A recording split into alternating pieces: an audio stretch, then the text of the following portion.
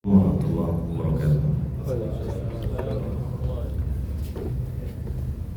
Innal hamdalillah nahmaduhu wa nasta'inuhu wa nastaghfiruh wa na'udzu billahi min shururi anfusina wa min sayyiati a'malina man yahdihillahu fala mudilla lahu wa man yudlil fala hadiya lahu asyhadu an la ilaha illallah wahdahu la syarika lahu wa asyhadu anna Muhammadan abduhu wa rasuluh. Allahumma salli wa sallim wa zid wa barik ala nabiyyina Muhammadin wa ala alihi wa sahbihi ajma'in. Amma ba'd. Kaum muslimin dan muslimat jamaah salat zuhur yang semoga kita semua senantiasa dirahmati dan diberkahi oleh Allah Subhanahu wa taala. Alhamdulillah, kita kembali bersyukur kepada Allah atas segala limpahan nikmat yang Allah berikan kepada kita. Salawat serta salam tidak lupa kita curahkan kepada Nabi yang mulia, Nabi Muhammad sallallahu alaihi wasallam. Semoga tercurah kepada keluarganya, para sahabatnya, dan orang-orang yang senantiasa istiqomah mengikuti petunjuknya hingga hari kiamat kelak. Pada kesempatan siang hari ini insyaallah kita akan melanjutkan pembahasan kitab Syarah Al-Arba'in An-Nawawiyah. Dan kita sudah sampai kepada hadis yang ke-22. Hadis yang ke-22. Kita memohon kepada Allah Subhanahu wa taala, Rabbul Arsyil Azim, yang Maha mengetahui segala sesuatu, agar Allah tambahkan kepada kita ilmu yang bermanfaat dan dimudahkan dalam beramal saleh. Allahumma alimna ma yanfa'una wanfa'na bima 'allamtana wa zidna ilma. Allahumma amin. Al-hadits ats-tsani wal 'ishrun. Hadis ke-22. An Abi Abdullah Jabir bin Abdullah Al-Ansari radhiyallahu anhu anna rajulan sa'ala an-nabiy sallallahu alaihi wasallam faqala ara'aita idza shallaitu al-maktubat wa sumtu ramadana wa ahlaltul halala wa haramtul harama wa lam azid ala dhalika syai'an adkhulul jannah. Qala sallallahu alaihi wasallam na'am, rawahu Muslim. Wa ma'na haramtul harama ijtanabtuhu wa ma'na ahlaltul halala fa'altuhu mu'taqidan hillah. Dari Abu Abdullah Jarir ibn Abdullah Al-Ansari, semoga Allah meridhoinya, bahwasanya ada seorang laki-laki yang bertanya kepada Nabi sallallahu alaihi wasallam, "Ara'aita, wahai Rasulullah, bagaimana pendapatmu ya apabila aku mengerjakan salat-salat yang fardu, wa sumtu Ramadan, dan aku puasa di bulan Ramadan, wa ahlaltul halal, dan aku menghalalkan apa yang Allah halalkan, wa haramtul haram, dan aku mengharamkan apa yang Allah haramkan, wa lam azid ala dzalika syai'an, dan aku tidak menambah sesuatu selain itu semua yang 4 tadi disebutkan. Aku melaksanakan salat 5 waktu, puasa di bulan Ramadan, menghalalkan apa yang Allah halalkan, atau dia melakukan atau berkata yang halal-halal. Aku mengharamkan apa yang Allah haramkan, artinya meninggalkan sesuatu yang haram, ya. Adkhulul jannah, atau adkhulul jannah, apakah aku masuk surga? Maka Nabi sallallahu alaihi wasallam menjawab, na'am, iya, engkau akan masuk ke dalam surga. Al-Imam An-Nawawi menjelaskan makna haramtul harama. Maknanya adalah ijtanabtuhu. Haramtul harama, mengharamkan yang haram, maksudnya adalah meninggalkan yang haram. Dan makna ahlaltul halala, yaitu menghalalkan yang halal, maknanya adalah fa'altuhu mu'taqidan hillah, yaitu ia menghalalkan sesuatu yang halal lalu melakukan yang halal tersebut dengan meyakini kehalalannya. Kita lihat penjelasan hadis yang mulia ini. Di sini orang yang bertanya tersebut, yang pertama bertanya kepada Rasulullah, kalau aku melaksanakan sholat yang 5 waktu. Ini menunjukkan bahwa sholat fardhu, sholat yang wajib yang 5 waktu merupakan perkara agama yang sangat penting, yang harus menjadi perhatian bagi setiap muslim dan muslimah, yang harus menjadi perhatian bagi umat Nabi Muhammad SAW. Bahkan harus menjadi perhatian bagi seorang aba dan ummahat, seorang bapak, seorang ibu yang memiliki anak-anak. Dan ini pernah kita bahas pada hadis-hadis yang sebelumnya saat kita menjelaskan tentang arkanul Islam, rukun-rukun Islam. Ya. Karena sholat merupakan rukun Islam yang datangnya kedua setelah syahadat la ilaha illallah. Bahkan kewajiban sholat yang 5 waktu ini perlu perjuangan yang sangat besar dihadapi oleh Nabi SAW. Kemudian orang ini juga mengatakan wasumtu syahraha atau wasumtu Ramadan, aku puasa di bulan Ramadan. Siam, sebagaimana yang kita ketahui, maknanya secara bahasa adalah menahan dari sesuatu. Adapun secara istilah, siam adalah menahan diri dari berbagai macam yang bisa membatalkan puasa,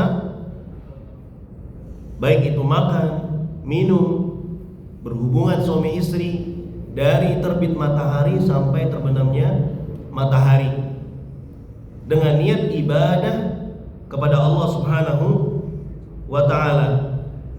Itu siam. Dan siam juga merupakan ibadah yang penting, ibadah wajib yang inti, yang juga merupakan rukun Islam yang disebutkan oleh Rasulullah Sallallahu Alaihi Wasallam. Dan insyaallah jamaah sekalian, sekitar 60 hari lagi atau 58 hari lagi kita akan berjumpa dan bertemu dengan bulan Ramadan. Semoga Allah sampaikan kita kepada bulan Ramadan agar kita bisa menikmati ibadah di dalamnya. Ya. Kemudian juga orang ini mengatakan wa ahlaltul halala, dan aku menghalalkan apa yang Allah halalkan. Artinya dia tidak menghalalkan, tidak mengharamkan apa yang Allah Subhanahu wa ta'ala halalkan. Kalau hal tersebut jelas-jelas halal, maka beliau halalkan, dan beliau hanya mengambil sesuatu yang halal untuk dilakukan. Ya. Dan halal di sini bisa juga maknanya adalah apa yang diperintahkan oleh Allah Subhanahu wa ta'ala dan Rasulnya. Apa yang diperintahkan oleh Allah dan Rasulnya, itu semua dilakukan oleh orang ini. Wa haramtul harama, dan dia meninggalkan seluruh apa yang dilarang oleh Allah dan Rasulnya. Intinya apa? Dia mengusahakan ketakwaan kepada Allah Subhanahu wa ta'ala. Maka orang ini mengatakan, adkhulul jannah, apakah aku masuk surga kalau aku hanya sekedar sholat 5 waktu, puasa Ramadan, ya, mengamalkan apa yang diperintahkan oleh Allah dan Rasulnya, meninggalkan apa yang dilarang oleh Allah dan Rasulnya, apakah aku masuk surga? Maka Rasulullah SAW menjawab, iya, engkau masuk surga. Jamaah sekalian yang dirahmati oleh Allah Subhanahu wa ta'ala, ini menunjukkan besarnya semangat para sahabat Rasulullah Sallallahu Alaihi Wasallam untuk sampai kepada puncak kebahagiaan yang hakiki. Puncak kebahagiaan yang hakiki bagi seorang adalah bagaimana dia dimasukkan oleh Allah ke dalam surga dan dijauhkan dari api neraka. Allah berfirman faman zuhziha 'anil nari wa udkhilal jannata faqad faz.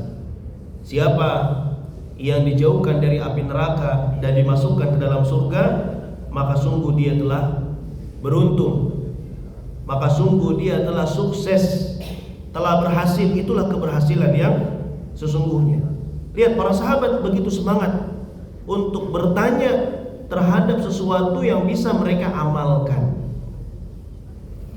Sebelumnya juga hadis yang ke-21 kita juga mengetahui bagaimana semangatnya para sahabat untuk bertanya dengan suatu pertanyaan yang bisa mereka amalkan. Di hadis yang sebelumnya ada sahabat yang bertanya, "Ya Rasulullah, katakan kepadaku dengan suatu perkataan yang aku kelak nanti tidak akan bertanya lagi kepadamu di suatu hari nanti." Maka Rasulullah menjawab, "Amantu billah tsumma istaqim." Katakanlah aku beriman kepada Allah, kemudian istiqomahlah.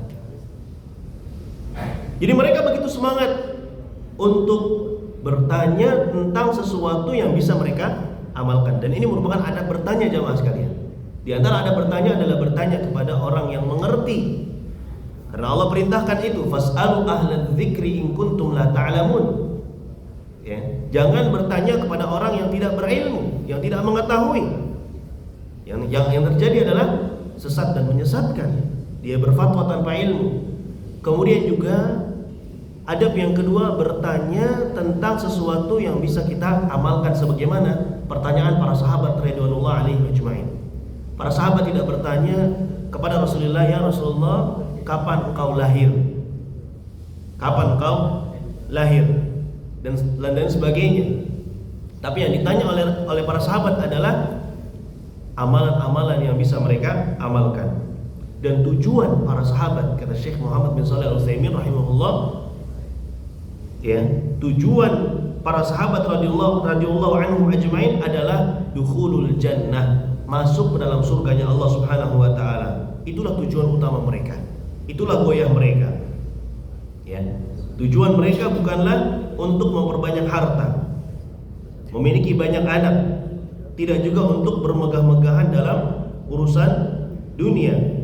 Sebagaimana juga disebutkan dalam sebuah hadis bahwa setelah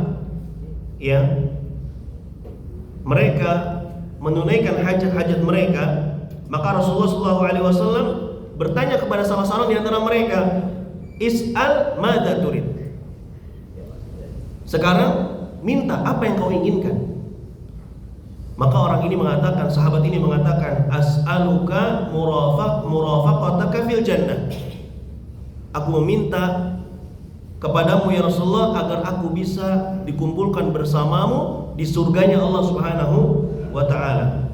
Lalu Rasulullah mengatakan, "Aw ghaira dzalik?" Ada yang lain tidak selain itu? Qala huwa dzak. Maka orang ini mengatakan, "Tidak ada lagi ya Rasulullah. Puncak keinginan yang saya inginkan adalah masuk surga bersama engkau." Qala, maka Rasulullah menjawab, "Fa'inni ala nafsika bi kathratis sujud." Maka tolonglah aku, bantulah aku agar engkau memperbanyak sujud, yaitu memperbanyak salat. Lihat keinginan para sahabat yang luar biasa, jamaah sekalian, yang patut kita contoh.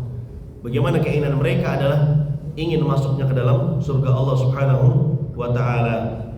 Surga, jamaah sekalian, kita belum bisa terbayangkan. Hanya saja ayat-ayat Al-Quran dan hadis-hadis Nabi menggambarkan kepada kita tentang keindahan surga. Surga mala ainun ra'at, kata Nabi SAW. Belum pernah kita lihat, wala udhunun sami'at, belum juga pernah kita dengar, wala khatara ala qalbin bashar, dan juga belum pernah terbetik dalam pikiran kita. Ya, itu adalah puncak kenikmatan seorang dimasukkan ke dalam surga Allah. Terlebih lagi bagi orang yang berbuat ihsan, dia akan melihat wajahnya Allah Subhanahu wa taala. Lilladzina ahsanul husna wa ziyadah. Dan orang-orang yang berbuat kebaikan, maka mereka akan masuk surga dan akan mendapatkan tambahannya.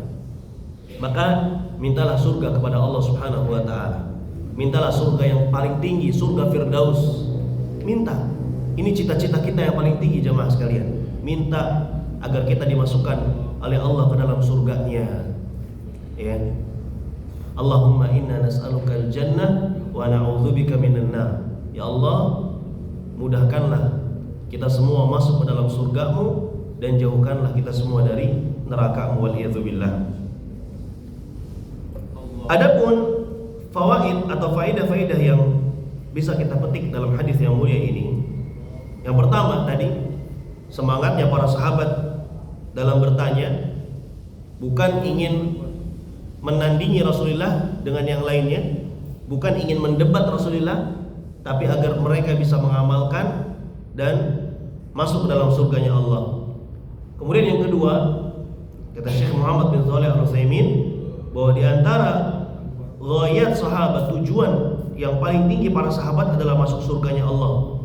Yang ketiga, dalam hadis ini disebutkan 4 macam ibadah, yaitu salat 5 waktu. Yang pertama, yang kedua puasa Ramadan, yang ketiga menghalalkan yang halal dan mengharamkan yang haram. Ya. Artinya, ketika seorang melakukan yang wajib-wajib, kemudian dia tidak melakukan yang sunnah, insya Allah dia bisa masuk surganya Allah Subhanahu wa ta'ala. Tapi alangkah baiknya seorang muslim, seorang mukmin, hendaknya dia juga menjaga yang sunnah. Karena yang sunnah ini ibarat kulit suatu daging tersebut. Ya, daging itu yang wajib, kemudian kulitnya adalah yang sunnah. Ya, daging itu akan terlindungi dengan kulit tersebut, yaitu dengan yang sunnah. Ya, selain yang wajib yang dilakukan oleh seorang mukmin, hendaknya dia juga membiasakan yang sunnah. Dan orang yang melakukan yang sunnah sudah pasti dia akan menjaga yang wajib. Ya, seorang yang menjaga yang sunnah, baik itu salat sunnah, puasa sunnah, sedekah yang sunnah, ya, maka dia akan berusaha juga menjaga yang wajib. Ya, apalagi yang wajib gitu. Ya, apalagi yang wajib. Tapi seandainya seorang di dunia ini hanya sekedar melaksanakan yang wajib saja dan tidak melaksanakan yang sunnah, insya Allah dia akan masuk ke dalam surganya Allah Subhanahu wa ta'ala, sebagaimana yang disebutkan oleh sahabat ini yang bertanya kepada Rasulullah Sallallahu Alaihi Wasallam. Kemudian faedah yang kelima, salat 5 waktu dan puasa merupakan sebab masuk surga. Ya. Ada hadis lain yang juga kita sudah hafal bersama. Nabi Sallallahu Alaihi Wasallam bersabda, "Man shoma Ramadhana imanan wa ihtisaban, ghufira lahu ma taqaddama min dzanbi." Siapa yang puasa Ramadan dengan penuh keimanan dan mengharapkan pahala Allah Subhanahu wa taala, maka dia akan diampuni dosa-dosanya oleh Allah Subhanahu wa taala. Ya, orang-orang yang diampuni dosa-dosanya oleh Allah sudah pasti dia akan masuk dalam surganya Allah Subhanahu wa taala. Kemudian yang keenam, pengertian masuk surga karena sebagian amalan yang dikerjakan itu memungkinkan 2 makna. Jadi yang dimaksud dengan masuk surga karena sebagian amalan, karena yang dilakukan oleh orang ini sebagian amalan, tidak melakukan semua. Dia hanya melaksanakan salat 5 waktu, puasa Ramadan, ya, kemudian menghalalkan yang halal dan mengharamkan yang haram. Tapi sebagian orang melihat hadis ini sepertinya ada sesuatu yang rancu. Kenapa tidak disebutkan dia zakat? Kenapa tidak disebutkan juga haji? Ya, karena orang ini mengatakan falam azid dzalika syai', aku tidak menambah lagi kecuali yang 4 tadi saja. Ya, lalu zakatnya bagaimana? Lalu hajinya bagaimana? Syekh Muhammad Shalih Al-Utsaimin menjelaskan, ya, kemungkinan Rasulullah SAW mengetahui bahwa orang ini orang yang fakir, orang yang miskin, sehingga tidak ada harta yang bisa dizakati. Adapun terkait dengan haji, ya, hadis ini, ya, ditanyakan atau orang ini bertanya kepada Rasulullah SAW, ya, sebelum syariat adanya wajibnya haji. Sebelum ada syariat, ada kewajiban syariatnya haji. Ya, sehingga orang ini atau sahabat ini sudah melakukan apa yang Allah Subhanahu wa taala dan Rasulnya perintahkan. Nah, adapun makna masuk surga karena sebagian amalan ada 2. Yang pertama, ia masuk surga selama terpenuhi syarat dan tercegah dari penghalang. Ya, masuk surga dengan amal saleh, kasih sayang Allah Subhanahu wa taala. Ya. Karena orang yang seorang muslim, meskipun di dalam hatinya ada sedikit keimanan, insya Allah tetap akan masuk surganya Allah Subhanahu wa ta'ala. Hatta dia seorang pelaku dosa, baik yang kecil maupun yang besar. Ya. Ketika meskipun dia belum bertaubat kepada Allah Subhanahu wa ta'ala, kemudian dia meninggal dunia, insya Allah dia akan tetap masuk surga Allah Subhanahu wa ta'ala. Akan tetapi masuk surganya berbeda dengan orang yang sama sekali tidak melakukan dosa selama di dunia. Artinya apa? Akan dibersihkan dulu, akan diazab dulu, akan disiksa dulu sesuai dengan dosa-dosa yang dia lakukan. Karena orang yang masuk surga itu pada hari kiamat kelak ada 3 golongan. Ada yang dimasukkan surga oleh Allah tanpa hisab, tanpa azab, ada juga. Ini 70.000 golongan orang yang akan masuk surga tanpa hisab, tanpa azab. Wallah, semoga kita termasuk orang-orang yang demikian. Yang kedua, ada yang akan dihisab dulu oleh Allah Subhanahu wa ta'ala. Akan dicek dulu ada tidak keburukan-keburukannya. Ya. Dan yang ketiga, ada yang benar-benar disiksa dulu oleh Allah Subhanahu wa ta'ala, diadab dulu oleh Allah Subhanahu wa ta'ala, kemudian baru setelah itu dia dimasukkan oleh Allah ke dalam surga. Jadi meskipun misalnya kalau ada orang yang berdalil, oh ternyata hanya sekedar salat 5 waktu, puasa bulan Ramadan, ya mengerjakan yang halal, meninggalkan yang haram bisa masuk surga. Meskipun demikian jamaah sekalian, kita tidak boleh menganggap remeh amalan-amalan yang lainnya yang justru bisa mendukung kita masuk ke dalam surganya Allah Subhanahu wa ta'ala. Tetap kita harus jaga, karena di hari kiamat ketika amalan yang wajib kita kurang, maka itu bisa ditambah dengan yang sunnah. Ya. Inna awwala ma yuhasabu bihil abdu yaumal qiyamah min amali salatu. Sesungguhnya yang pertama kali akan dihisab oleh Allah pada hari kiamat kelak dari amalan seseorang adalah salatnya. Dilihat dulu salatnya nih. Kalau salatnya baik, beruntung dia. Kalau salatnya buruk, salat yang wajib bolong-bolong, malas-malasan, lalai, ada juga yang ditinggalkan, maka dilihat ada nggak amalan yang sunnah nih. Makanya itu kita sebutkan tadi bahwa amalan sunnah ini sebagai pelindung sebenarnya dari yang wajib. Ketika kita yang wajib kurang, insya Allah bisa ditutupi dengan yang sunnah-sunnah. Sehingga orang tidak boleh menganggap remeh hanya sekedar sunnah. Yang penting kan yang wajib. Sedangkan dalam yang wajib pun terkadang kita masih banyak yang kurang. Ya, dalam sholat pun kadang pikiran kita kemana-mana. Ya, yang dipikir pekerjaan, yang dipikir makanan, yang dipikir tadi kunci taruh di mana, sekarang ketemu waktu sholat itu. Makanya di selesai sholat kita beristighfar. Astagfirullahaladzim. Mohon ampun kepada Allah atas kekurangan yang kita lakukan. Padahal jamaah sekalian, dalam sholat kita harus fokus, harus khusyuk. Bahkan tumaknina dalam sholat merupakan rukun sholat. Tumaknina merupakan rukun, khusyuk merupakan rukun. Ya ibaratnya kalau kita mau main bola, ya kan, pikiran kita kan fokus gimana bola ini bisa kita masukkan ke dalam gawang. Kalau lagi main bola pikiran kita kemana-mana, diomelin kita sama pelatih, ya kan. Yang seharusnya kita masukkan ke gawang lawan, ini kita masukkan bola itu ke gawang sendiri. Karena apa? Karena nggak fokus. Atau lagi sholat misalnya main HP, lagi main bola main HP, ya, maka ini juga bisa merusak konsentrasi permainan bola tersebut. Ini sholat, kita sedang menghadap Rabbul Alamin. Coba kita hadirkan ihsan, derajat ihsan dalam sholat, yaitu apa? Anta'budallah ka'annaka tarahu fa in lam takun tarahu fa innahu yarak. Yaitu engkau beribadah kepada Allah, yaitu engkau sholat seakan-akan kau melihat Allah. Meskipun engkau di dunia ini tidak melihat Allah, maka ketahuilah bahwa Allah melihatmu. Sebenarnya kesempatan yang luar biasa dalam sholat ini, karena ibadah yang paling banyak kita lakukan dalam sehari semalam ini sholat. Bagaimana caranya kita cari muka di hadapan Allah, caper di hadapan Allah Subhanahu wa ta'ala, agar Allah mengasihi kita, agar Allah merahmati kita, agar Allah kasihan kepada kita, sehingga ketika kita minta apa saja diijabahi doanya oleh Allah Subhanahu wa ta'ala. Kemudian makna yang kedua, jadi tadi makna yang pertama, ia masuk surga selama terpenuhi syarat dan tercegah dari penghalang. Makna yang kedua dari pengertian masuk surga karena sebagian amal adalah ia masuk surga selama bertauhid, karena tauhidlah yang membuat sholat, zakat, puasa serta amalan lain diterima. Maksudnya jemaah sekalian, Orang tadi, sahabat tadi, meskipun dia melaksanakan yang wajib saja, tapi dalam melaksanakan yang wajib tersebut niatnya ikhlas karena Allah Subhanahu wa ta'ala. Salat yang dia lakukan karena Allah Subhanahu wa ta'ala. Dan itu pengaruhnya luar biasa. Karena makna dari tauhid adalah mengikhlaskan ibadah hanya kepada Allah Subhanahu wa ta'ala. Ya.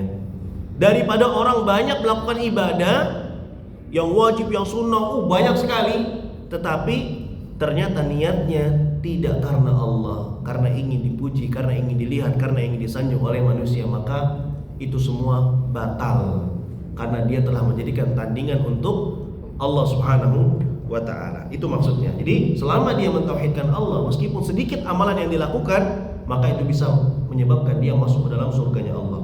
Kemudian di antara faedah yang lain jemaah sekalian, ya, tidak boleh mencegah seorang dari yang halal. Tidak boleh mencegah seseorang dari yang halal. Artinya, ya, selama itu halal, misalnya makanan, ya, makanan ini kan kita dapati sekarang makanan kan macam-macam, ya, dari A sampai Z itu ada, ya kan? Maka tidak boleh kita melarang seorang dari yang halal. Selama itu halal, apalagi ada sertifikat MUI halal, maka tidak boleh. Kenapa kamu makan itu berlebihan? Tapi halal. Jangan kita cegah seorang dari yang halal, ya, seperti itu. Kemudian Imam Nawawi rahimahullah mendefinisikan maksud dari mengharamkan yang haram adalah tadi sudah kita sebutkan, menjauhi yang haram. Yang tepat adalah meyakini haramnya dan menjauhinya. Misalnya zina haram, maka seorang menjauhi zina tersebut dan meyakininya tentang perbuatan haram tersebut. Minum khamar haram, berjudi haram, dia yakin bahwa itu adalah sesuatu yang haram, dia tinggalkan yang haram tersebut. Ya, tidak boleh dia menghalalkan apa yang diharamkan oleh Allah Subhanahu wa ta'ala. Karena siapa yang menghalalkan apa yang diharamkan oleh Allah, ini bisa merusak keislamannya, waliyadzubillah. Ya, itu beberapa faedah yang bisa kita ambil dan petik dari hadis yang mulia ini. Ya, sekali lagi kita lihat bagaimana semangatnya para sahabat bertanya kepada Rasulullah Shallallahu Alaihi Wasallam untuk melakukan amalan tersebut demi masuk ke dalam surganya Allah Subhanahu Wa Taala. Dan ini patut kita contoh bagaimana kita juga bersemangat hadir dan duduk di majelis ilmu, dan juga bersemangat untuk bertanya terhadap sesuatu, tujuannya adalah untuk mengamalkan, bukan untuk menandingi antara ustadz ini dengan ustadz ini. Ya, kata ustadz ini begini, kata ustadz ini begini. Itu bukan tujuan kita dalam bertanya. Ya, karena bertanya terhadap sesuatu yang menandingi antara ustadz ini dengan ustadz ini, itu juga pertanyaan yang tidak beradab, ya, bukan merupakan adab dalam bertanya. Maka kita bertanya karena kita tidak tahu. Fas'alu ahla dzikri in kuntum la ta'lamun. Ya, daripada kita melakukan suatu amalan yang ternyata amalan tersebut tidak sahih, tidak tepat karena amalan tersebut dilakukan di atas kebodohan kita. Wallahu a'lam bishawab. Semoga apa yang kita bahas bermanfaat pada kesempatan siang hari ini. Sebelum saya akhiri, mungkin ada yang ditanyakan. Ya, apa di luar tema. Ya. Itu tuh kondisinya karena mungkin sholat tapi di rest area. Ada jamaah yang mau, waktu itu masuk sholat isya, ada jamaah yang mau sholat di jamak. Anda bingung waktu itu apakah ikut dia berjamaah sama dia sebagai imamnya, atau Anda bikin jamaah baru lagi. Gimana dia sholat? Dia sholat mau jamaah tapi dia jamak takhir. Jamak takhir, sholat maghrib dulu. Maghrib dulu. Nah, Anda sempat bingung apakah Anda ikut dia atau Anda bikin jamaah baru. Yeah. Sampai akhirnya nanti kekhawatirannya adalah ada dua jamaah. Ya. Ya tetap kalau sholat urutannya sesuai. Ya, kalau ada misalnya kita sedang safar, ya kita mau sholat isya, kemudian ada rombongan lain juga sholat jamaah takhir tapi sholat maghrib dulu.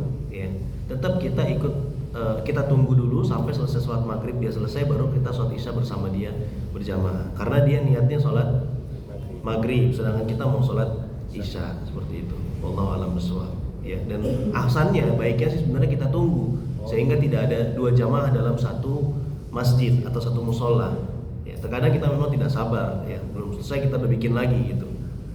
Meskipun sebenarnya sah-sah saja, boleh-boleh saja, ya, karena niat yang ini dengan niat ini berbeda. Kalau yang ini tadi maghrib isya, kalau yang ini isya gitu loh. Tapi supaya tidak terjadi fitnah, artinya orang-orang melihat loh ini kok ini udah ada sholat isya, kok ini sholat isya lagi, padahal yang ini sholat maghrib gitu. Sebaiknya kita tunggu. Wallahu a'lam bishawab. Ya, jazakallahu khairan, barakallahu fikum. Semoga bermanfaat apa yang kita bahas dan bisa menjadi penyemangat kita untuk senantiasa beribadah kepada Allah, melaksanakan ketaatan kepada Allah. Semoga kita termasuk orang-orang yang dimudahkan oleh Allah Subhanahu wa taala melakukan amalan-amalan ahli surga dan dimudahkan oleh Allah masuk ke dalam surga dan dijauhkan dari nerakanya Allah Subhanahu wa taala.